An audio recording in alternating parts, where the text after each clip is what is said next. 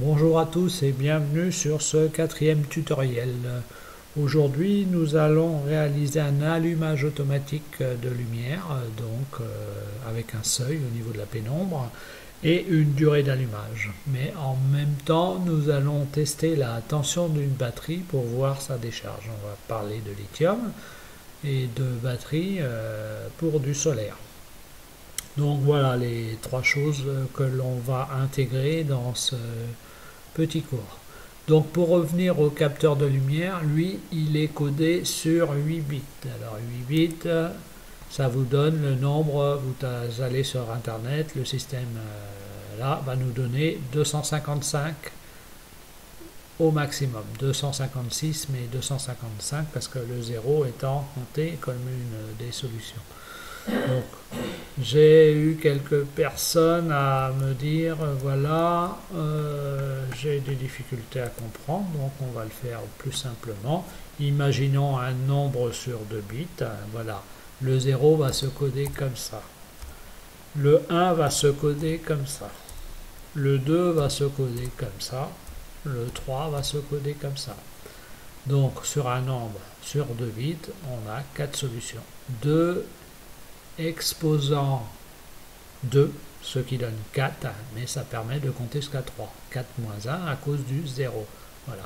Quand vous êtes sur 8 bits, c'est 255. Quand vous êtes sur 10 bits, c'est 1023. C'est 1024 solutions, mais moins le 0, ça nous permet d'afficher du 1023. Voilà. Et aujourd'hui, nous allons utiliser ces notions et il va falloir naturellement comprendre. Donc c'est parti. Donc voilà, avant de commencer, on va aller voir un petit peu. Nous, on va ajouter 2 interrupteurs. Alors pourquoi 2 interrupteurs? Parce que les 2 présentes sur la carte vont nous servir à augmenter ou baisser le seuil de sensibilité pour l'allumage. Et les 2 autres vont nous permettre d'augmenter ou de descendre le temps d'allumage de notre lampe. Voilà. Alors, nous, au niveau de la microbit, on a des GPIO. I comme input, O comme output. Ça veut dire c'est des entrées et des sorties. Donc, des entrées et des sorties, ça veut dire que vous pouvez mettre un interrupteur ou aller lire un niveau sur ces entrées, un niveau haut ou un niveau bas, en tout ou rien, ou appliquer un niveau sur ces sorties qui peuvent être aussi des entrées pour commuter un relais. Voilà. Donc là, par exemple, la fonction lire la broche numérique P1 donc permet de savoir si on est à l'état bas ou si on est à l'état haut. C'est de la logique. Donc on aura besoin de ça. Alors, simple, hein, l'alimentation, vous câblez une résistance de 10 kΩ et vous mettez un interrupteur. Dans notre cas, l'interrupteur au repos est fermé. Quand on le pousse, il s'ouvre. Donc quand il pousse, il passe en valeur on. Donc voilà ce dont on a besoin sur ce petit tuto. Autrement, on va parler de la fameuse batterie. Alors on a dit qu'on avait un système solaire avec une batterie 12 volts, sauf que le 12 volts c'est pas possible avec du lithium-ion, ça sera 14,8. Ça sera 4 éléments de 3,7 volts. Et on a le droit à une décharge profonde au niveau de ce lithium à 95% de 10 volts. Donc si on descend à 10 volts, il faut arrêter de la décharger. Donc nous allons réaliser un diviseur de tension. On va vous expliquer pourquoi. Parce que la carte aussi, ces entrées peuvent être configurées en convertisseur analogique numérique. Convertisseur analogique numérique, qu'est-ce que ça veut dire? Ça veut dire qu'une tension comme ça, analogique, qui bouge en plus et en moins, peut être mesurée et transformée en numérique. Alors, dans notre cas, on a dit que c'était un 10 bits, donc 2 exposants 10, ça fait 1024, le 0 étant intégré, donc on a 1023 possibilités. Donc, comme notre système n'a pas de référence interne et sa référence fonctionne sur sa propre alimentation, son alimentation étant de 3,3 volts, Si à l'entrée on applique 3,3 volts, on aura 1023. Donc dans notre diviseur de tension qu'on a créé, une 4,7 kΩ et une 920 ohms, prenez des 1% pour être précis, ça nous fait un ratio de 0,164, c'est-à-dire vous multipliez par 10 par 0,164 et vous trouvez 1,64 volts. Alors si on place 1,64 volts sur notre entrée, donc on fait le produit en croix, 1,5 fois 1023 divisé par 3,3 et on trouve 509. Donc 509, nous il ne faut pas descendre en dessous du nombre numérique 509. Sinon on va abîmer notre batterie. Donc on aura cette condition à prendre en compte. Donc je crois qu'on a tout dit, c'est parti pour notre petit tutoriel. Alors nous allons commencer comme d'habitude sur la partie démarrage. Donc on va nettoyer notre afficheur et on va lui mettre un petit initialisation. Voilà, comme d'habitude, derrière tout ça, on va mettre une pause en, je dirais, une pause en millisecondes, 500 millisecondes. Non, je vais rester en secondes. C'est l'allumage, le démarrage, une seconde. Voilà. Ensuite, un petit autotest des afficheurs. Donc ça on l'a vu, hein. Moi je vais faire un allumage, une extinction. Je ne vais pas me prendre le chou. Vous pouvez faire un déplacement X, Y de vos lumières. Vous finissez par les allumer toutes et les éteindre toutes pour voir si le processeur est en forme et si l'afficheur est conforme. Donc pause de ça. Donc nous on va dupliquer et naturellement le but c'est de les éteindre.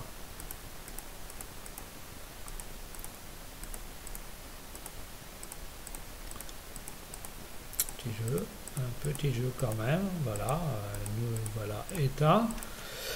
Nous allons maintenant intégrer les variables. Donc nous avons besoin d'une première variable pour le seuil de lumière. Moi je vais l'appeler lum. Vous l'appellerez comme vous voulez, il n'y a pas de souci avec ça. Hein. Et on va fixer lum à, donc là mat, lum à 10. Alors nous on va faire ça, ça va être des pourcents. Ça parle plus que des chiffres comme ça. Si on met à 10%, on sait que c'est 10% de la lumière max. Donc c'est quand même plus intéressant. Créer une variable et on va lui mettre un petit timing. Voilà, le timing. Fixer timing. À mat toujours. Et on va le mettre à 2 heures. Voilà, donc nous avons ça. Maintenant, on va appliquer un affichage. Entrée. Donc, voilà.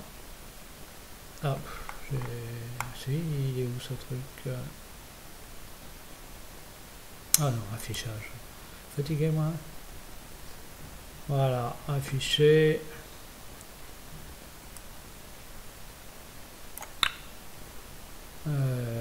Maintenant on va dans texte et dans texte vous allez prendre le système qui vous permet de mettre plusieurs choses dans l'afficheur. Voilà. Donc le premier truc en ligne 0, ça sera naturellement seuil lumière. Je vais l'appeler lum. C'est pas très grave. Non, je vais mettre seuil. Seuil. Donc un petit espace, la variable lumière, et on va dupliquer le texte ici, et nous on va pas mettre seuil, mais on va mettre pourcentage. Je mets un petit espace devant. Voilà. Seuil, j'ai mis un espace, je ne sais pas. Donc ensuite on duplique. Alors n'oubliez pas de faire dupliquer pour tout, parce que, et c'est timing. Allez, on va mettre timing. Et là c'est plus lume mais timing, et c'est en heure. Voilà. Donc on regarde tout ça, si ça ressemble à quelque chose. Initialisation, une seconde après timing 2 heures. Ah, ouais, hop là, une petite correction, j'ai oublié de valider sur la ligne 2. Initialisation, seuil 10%, timing 2 heures. Alors, heure, ce serait bien qu'on ait une petite marge, est-ce qu'on l'a?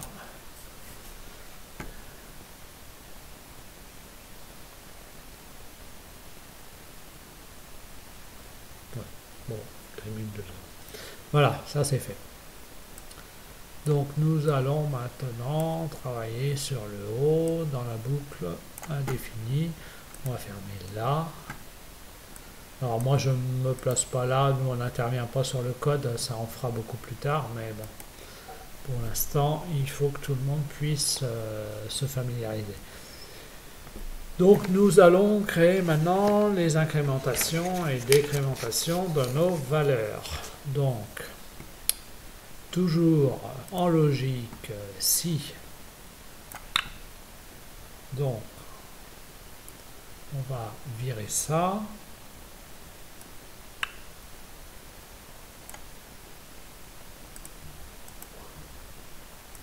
On va le laisser là, on en a besoin. Donc on va toujours en logique prendre du et, placer le et ici, voilà. Donc voilà. Alors si est supérieur,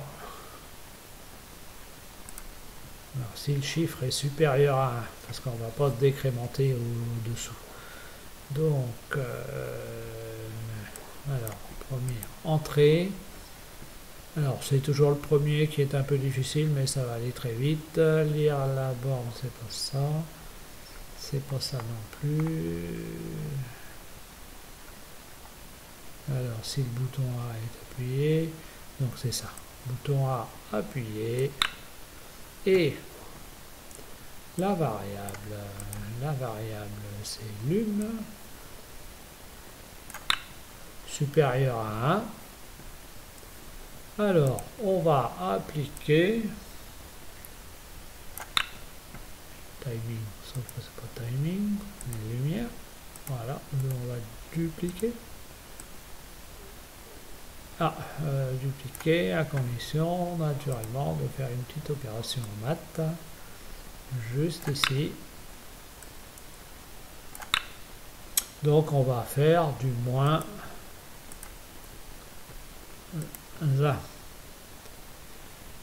Et naturellement je vais aller chercher. Alors est-ce qu'ils sont loin ou pas trop loin, ou je vais aller chercher ça.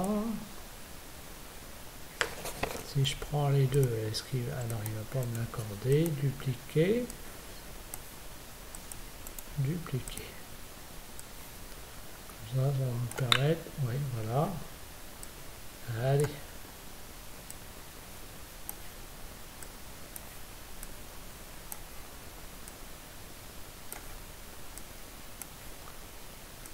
C'est pas très pratique ce que je fais, je suis pas sûr que je gagne du temps, mais bon, voilà. Nous, c'est là que ça se passe. Et on lui met une petite temporisation de 500 millisecondes. Donc millisecondes, 500 millisecondes. Donc ça marche ou ça ne marche pas. Voilà. Donc on lance le test, l'autotest. Voilà.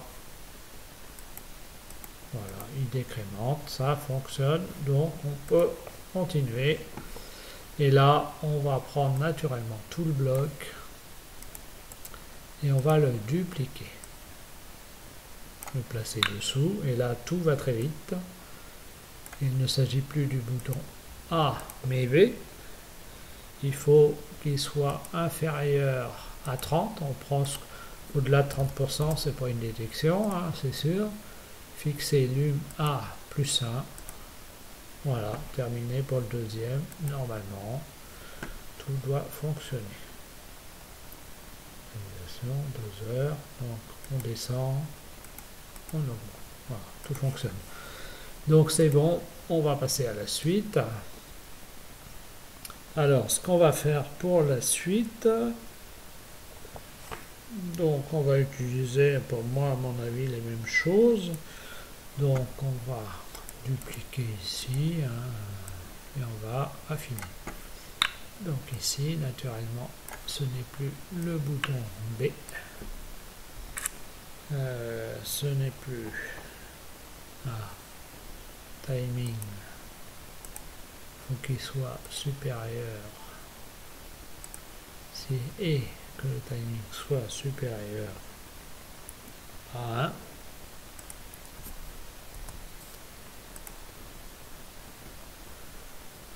1. Donc si.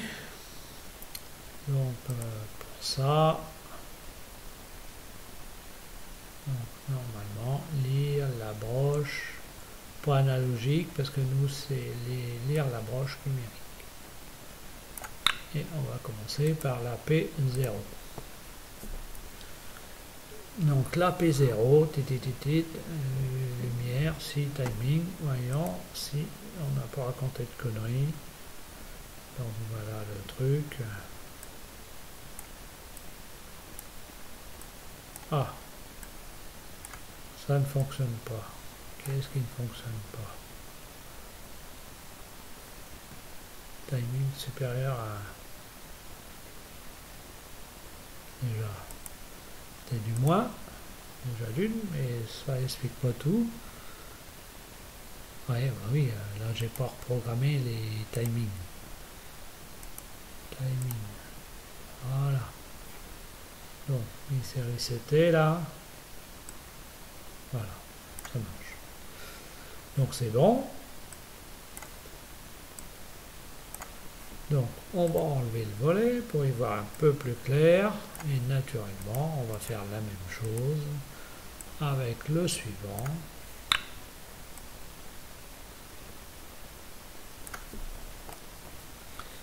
Le suivant, donc ça va être la P1. Il va lire la P1 toujours en timing, mais il faut que le timing soit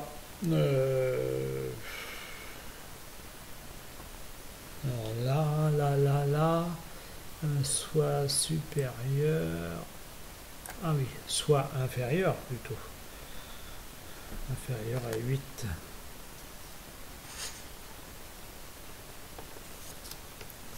Et soit inférieur à 8. Inférieur à 8. Parce qu'on va pas au-delà de 8, donc on va faire du plus 1. Terminé. On vérifie tout ça. Alors, prenez le temps de toujours revérifier, parce que la moindre erreur, et après on a plus de mal à revenir en arrière et de trouver nos systèmes. Donc là, par exemple, on a toujours ça. Tic, ça marche toujours. Ça marche. Et ça marche. Donc, nous, en timing, on va modifier le 1 par du 0,1. 0,5, je veux dire. Une demi-heure. Ça nous permettra d'avoir un truc 0,5. Donc là, du coup, 0,5. Donc, voilà. On vérifie tout ça, vite fait. Voilà. 1, 5, 1, voilà, voilà, tout fonctionne. Ok, c'est parti, on continue. Donc, notre timing, c'est bon. Voilà. Donc, nous, on va faire une petite condition, juste une petite condition. Alors, logique, si. Dessous. Alors, si,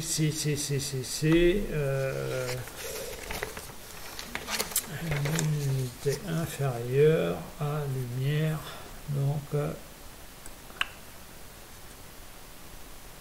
est-ce que ça peut jouer? Si, inférieur. Ah, donc là, on va prendre les maths.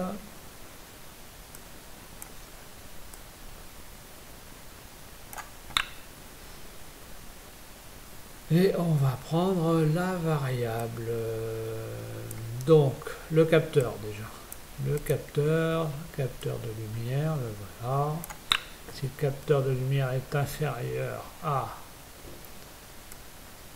Donc, la variable, c'est la variable lum. Comme c'était en pourcent, on va faire multiplier par 2,55. Rappelez-vous, le seuil c'est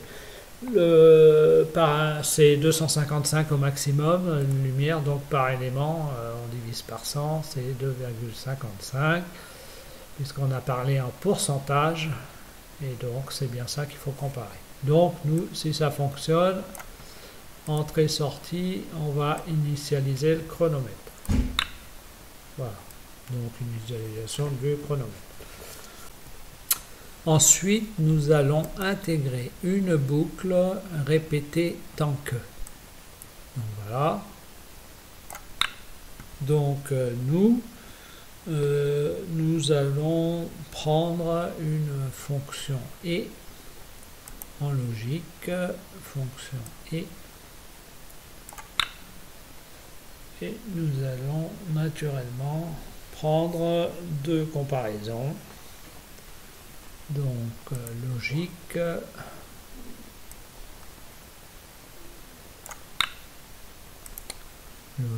encore ici de comparaison.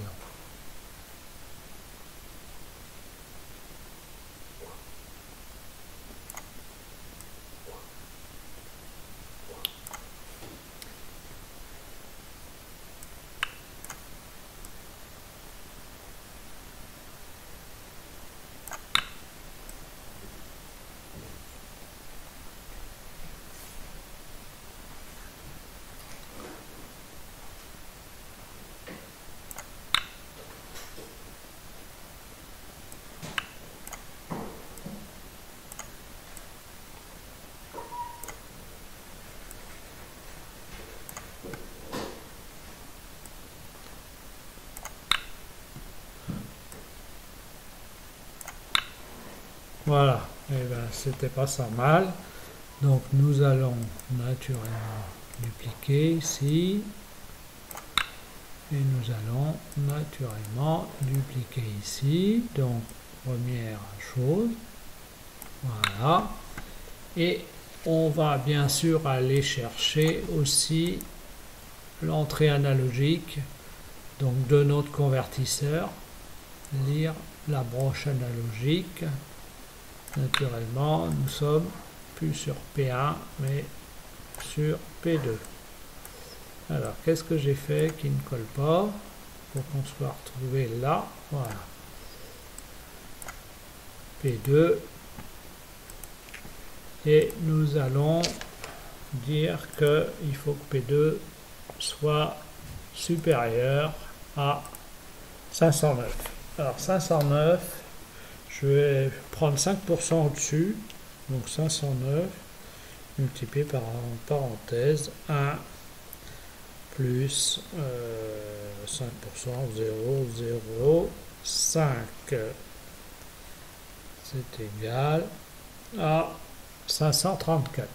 Donc 534, ça me permet de prendre une sécurité pour la batterie. Donc voilà, si ces conditions-là sont bonnes, et là, il faut naturellement que ça soit inférieur au seuil. Donc voilà pour l'instant. Donc on va prendre une fonction logique qui va dire que alors là on clique sur le plus. Si ce n'est pas le cas, on va aller dans boucle et on va récupérer la fonction quitter la boucle, et ici on va appliquer le fait de voilà, écrire là sur la broche P3 un état haut. Donc c'est seulement dans le cas où le timing, donc ici vous avez le timing, valeur du chrono, est inférieur au, alors là on prend tout de suite les maths, donc on intègre la variable timing, c'est ici à multiplier 3600. Alors 3600, c'est 1 heure fait 3600 secondes. Le chrono est en secondes, le timing, on doit le convertir en secondes. Mais nous, pour notre exemple, on va pas s'embêter, on va lui mettre un chiffre 2 provisoirement pour tester si ça fonctionne. Donc voilà, si ça ne fonctionne pas, on sort de la boucle. Je vais mettre maintenant, quand on va être sorti de tout ça, un état bas. Donc on va peut-être aller voir ce qui s'y passe. Donc déjà le capteur de lumière est au bas, le capteur est au bas. On va relancer comme ça. Voilà, pour l'instant, voilà, le seuil est là. Allez, ça marche, ça marche, ça marche, bon, tout marche. Maintenant, on imagine que notre seuil diminue. Il s'allume pendant un certain temps qui doit être le timing. Il se réteint et se rallume, c'est normal. Puisqu'il refait la boucle et j'ai pas remonté le seuil. Et ça, on va le traiter. Mais on a vu qu'il s'éteignait, donc ça fonctionne. Donc si par exemple je lui mets ici un timing de 10, donc on va, peu importe, allez on relance tout, un reset, il va faire son reset, seuil 10%, machin, donc là on se dit, hop, ah voilà, il lance, donc on regarde, il s'éteint, il va se relancer, il va s'éteindre rapidement, mais parce qu'on n'a pas mis de timing derrière. Donc forcément, là je suis peut-être à 20 secondes. 20 secondes, ça prend un certain temps, n'est-ce pas? Et il va s'éteindre légèrement. Voilà, il s'éteint légèrement. Donc c'est normal, il a relancé la boucle. Comme je suis toujours en position basse de lumière, c'est normal qu'il se remet comme ça, dans cette configuration. Donc tout ça, ça fonctionne. Maintenant, là, bon, pour l'instant, on va laisser encore les 10, ça on mettra une fois qu'on aura tout testé. Maintenant, là, je vais prendre un délai de 14 heures. Alors, 14 heures, pourquoi? Alors, parce que ça nous permet, que ce soit l'heure d'été, l'heure d'hiver, qu'on ait programmé 1 heure ou 8 heures de tempo, d'arriver en pleine journée. Voilà, c'est ça qui est important. Donc, nous, on va quand même lui mettre une condition. On aurait pu s'en passer, mais ça veut dire ça veut dire que le système resterait bloqué même si on veut régler les choses. Donc, si on veut changer le seuil par exemple de nuit, ça va pas fonctionner, donc parce qu'il est en train de faire sa tempo. Donc on va lui mettre une condition. Donc si, alors c'est le plus simplement du monde, hein, on va enlever ça. Ce coup là, pour une fois, on va se prendre un et mais qui va se transformer en ou. Et encore une nouvelle notion, on va mettre pas, qui est la négative. La négative, vous allez voir. Voilà. Dupliquer. Voilà. Pas. Soit, là. Donc, entrée-sortie, initialiser le chronomètre, nanana. Voilà. Donc, là. Alors, ça veut dire pas, ça veut dire si le bouton A n'est pas appuyé, il fait sa tempo. Et si le bouton B n'est pas appuyé, il fait sa tempo. Sinon, il arrête sa tempo et il permet de redonner la main pour aller régler les choses. Donc ça, on va le tester encore avec un timing très court. Un timing très court. Donc, on va faire une pause. Allez, de 5 secondes. 5 secondes, on imagine, on va relever comme si on avait 14 heures notre système et on devrait repartir normalement. Donc, voilà, pour l'instant, 2 heures, le timing, tout ça, ça fonctionne. On a déjà vu, je baisse le capteur.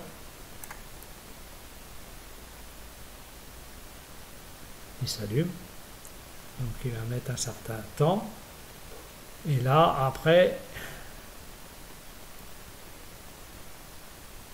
il va s'éteindre. Donc c'est un peu long parce que j'ai voulu le faire long pour bien découper les choses. Hein. Donc c'est en 20 secondes. Il s'éteint. Moi je remonte comme si la nuit était passée. Et lui va faire le tour au-delà de 5 secondes et va se repréparer pour une nouvelle détection de seuil. Voilà comment ça marche. Alors je pense que les 5 secondes on les a passées. Je rebaisse. Alors là je vais baisser volontairement la tac, il se coupe. Donc la protection analogique est bien présente. Donc là on peut considérer que tout ça c'est bon. Et si la batterie est déchargée, naturellement il ne se passera rien. Donc tout est opérationnel. Maintenant on peut mettre notre temps. Donc j'ai dit 14 heures, on multiplie par 3600 secondes, ça fait 50 400 secondes. Et le timing c'était forcément 3600 secondes. Hein, là on n'est plus à 10 secondes, hein, c'est un allumage de nuit. Donc voilà, c'est fini. Maintenant on ne peut pas le simuler, ça mettrait trop de temps. Mais voilà, nous avons un système qui incrémente, qui décrémente. Et en plus, si vous voulez actionner pendant la tampon le bouton A et d'ailleurs et B, là, j'ai mal fait, le bouton A et B, vous pouvez aussi mettre ou les lectures des boutons qu'on a créés. Hein. Vous pouvez faire encore un OU et encore un OU. Et là, on arrête la boucle de tempo pour donner la main, pour ajuster les valeurs. Donc moi, j'ai fait que bouton A et B. Hein. Après, si vous voulez peaufiner, il n'y a pas de problème. Mais vous avez une tempo réglable, un seuil de lumière réglable et naturellement une sécurité batterie aussi qui va intervenir et couper la lumière. Donc vous avez un système qui est quand même assez complet, assez bien pensé. Voilà, c'était un peu plus compliqué, ça faisait appel à des nouvelles notions, mais je pense que surtout ne vous découragez pas et vous allez voir que tout ça va venir et ce sera avec grand plaisir que vous allez programmer des choses de plus en plus compliquées. En tout cas, moi je vous remercie, un petit pouce pour m'encourager et je vous dis à la prochaine.